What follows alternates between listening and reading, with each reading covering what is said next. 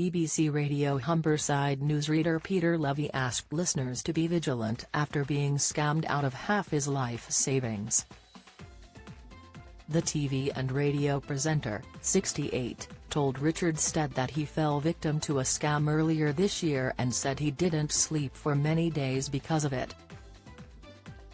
The incident, which Peter described as dramatic, happened in early February and is still being sorted out to this day. "It is the most horrific feeling," he said. "It's absolutely awful. You feel stupid, you feel thick, you feel." It happened in February and it is still being sorted out. Just this lunchtime I've been to a bank.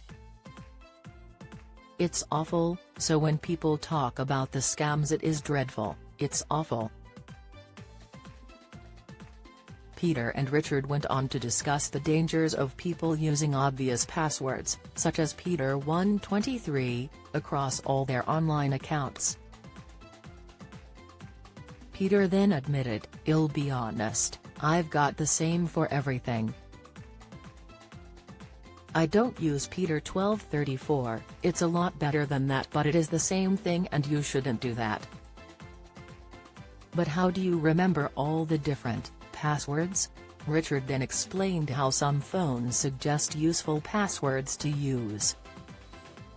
Peter discussed how many people are going through the same thing and added, "It is so traumatizing and upsetting, it's dreadful.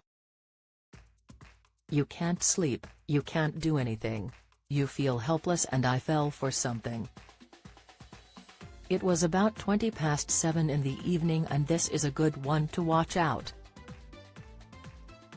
They ring up and say things like, "This is the fraud department of Richard Stead Bank. We've noticed some unusual activity on your account. Have you spent £500 in the last hour?" And I said, "No, I haven't spent £500 in the last hour.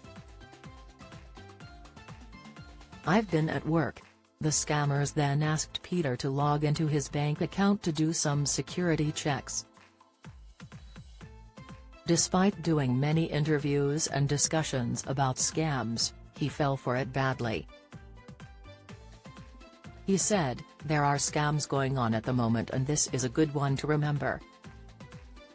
And again, I have to sub it down slightly. The bank has told me this in the last couple of weeks.